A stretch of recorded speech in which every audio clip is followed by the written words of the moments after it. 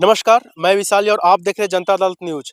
चुनाव का महापर्व अभी चल रहा है और 2024 लोकसभा महापर्व जो चुनाव का महापर्व है, इसमें 543 सीटों में 486 सीटों पे मतदान संपूर्ण हो चुका है, जो कि छठे चरण का मतदान हुआ और वो 25 तारीख को संपूर्ण हो चुका है। आज आज हम बात करते हैं झारखंड की। झारखंड में 14 लोकसभा का चुनाव हुआ और जिसमें तीसरे चरण का मतदान संपूर्ण हुआ, 1 चरण का मतदान और बचा हुआ है।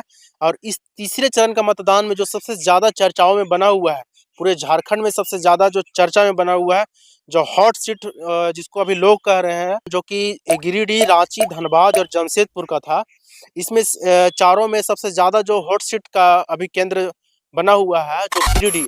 गिरिडीह में क्यों बना हुआ है? गिरिडीह में 3 प्रत्याशी जो मैदान में उतरे हुए हैं लोकसभा चुनाव में और तीनों प्रत्याशी में अभी सबसे ज़्यादा टक्कर है और तीनों प्रत्याशी में जो पहले नंबर पे हैं चंद्र प्रकाश चौधरी, जो कि पिछले बार सांसद भी रह चुके हैं गिरिडीह से ही, जो कि आजसू पार्टी से हैं। और दूसरे हैं मथुरा महतो, जो जेएमएम झारखंड मुक्ति मोर्चा से इंडी गठबंधन से हैं और उनको वो भी पॉलिटिकल उनका ही बैकग्राउंड स्ट्रॉन्ग रहा है। और तीसरे जो अभी सबसे सबसे ज़्यादा चर्चाओं में है, निर्दलीय उम्मीदवार जयराम कुमार महतो जी, सबसे ज़्यादा जो चर्चाओं में बना हुआ है, गिरिडीह हॉट सीट बना हुआ है, वो जयराम कुमार महतो के नाम से ही बना हुआ है। लोगों का दिलो-दिमाग में छाए हुए हैं। कोई पॉलिटिकल करियर नहीं और कोई आर्थिक स्थिति भी उनका कोई स्ट्रॉन्ग नहीं है। तो हम बात करते हैं मुद्दों की। चंद्र प्रकाश चौधरी का बात करते हैं तो ये आजसू से आजसू और बीजेपी सम्मिलित जो हैं, उनसे हैं ये। सबसे ज़्यादा स्ट्रॉन्ग पार्टी अभी दिखता है।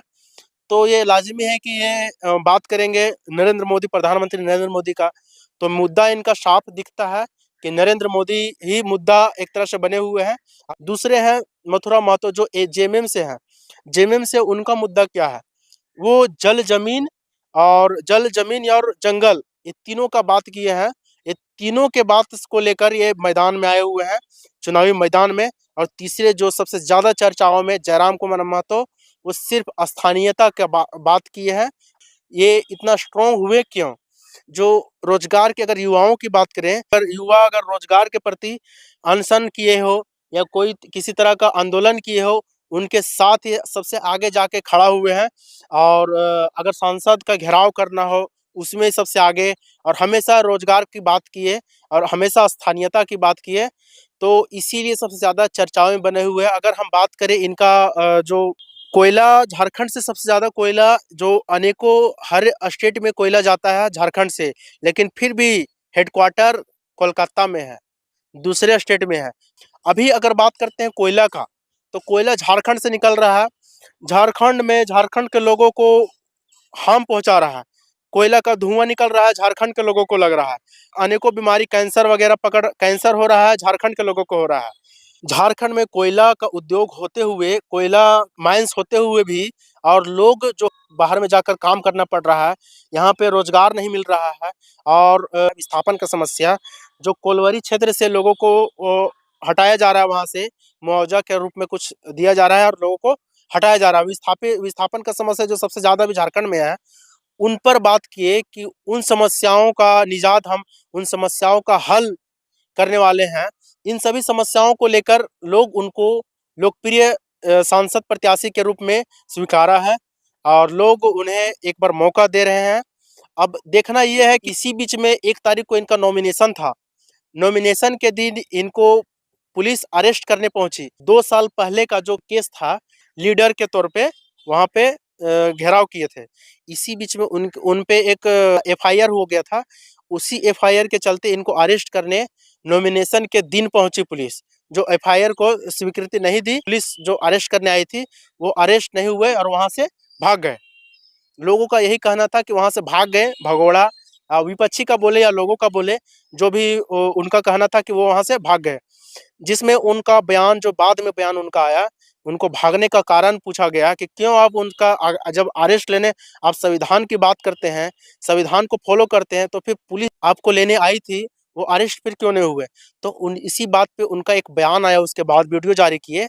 उस बयान में उन्होंने कहा कि अगर हम उस दिन अरेस्ट दे देते, तो कितने लोगों का जान चला जाता। अनहोनी होने का संकेत वहाँ दिखा उनको। संकेत में क्या था कि लोग वहाँ पेट्रोल ले लेकर पहुंचे थे और उन्हों के द्वारा बोला गया अगर टाइगर को अगर अरेस्ट किया गया तो हम लोग आत्महत्या कर लेंगे। टाइगर जयराम महतो, जो पहली बार ऐसा देखने को मिला और सुनने को मिला कि इनका ना आर्थिक स्थिति मजबूत है, ना इनका पॉलिटिकल कोई करियर है। आर्थिक स्थिति मजबूत ना होने के बाद भी सांसद प्रत्याशी के रूप में और ज़्यादा चर्चाओं में भी बने हुए हैं। जो चुनाव लड़ने के लिए, मैदान में आने के लिए इनको पैसा दे रहे हैं, आर्थिक रूप से मजबूत कर रहे हैं। लाखों रुपया लोग इनको चुनावी लड़ाई लड़ने के लिए लोग इन्हें लाखों रुपया भेंट में दे रहे हैं और इतना ज़्यादा लोग पसंद कर रहे हैं, सपोर्ट कर रहे हैं। 4 तारीख को जो परिणाम आने वाले हैं, उन परिणाम में देखा जाएगा कि क्या सचमुच में टाइगर जो इतना ज़्यादा लोकप्रिय, जो इतना ज़्यादा चर्चा का विषय बना हुआ है, क्या सचमुच में इनका जीत होता है? तो देखना ये है, दिलचस्प बना हुआ है।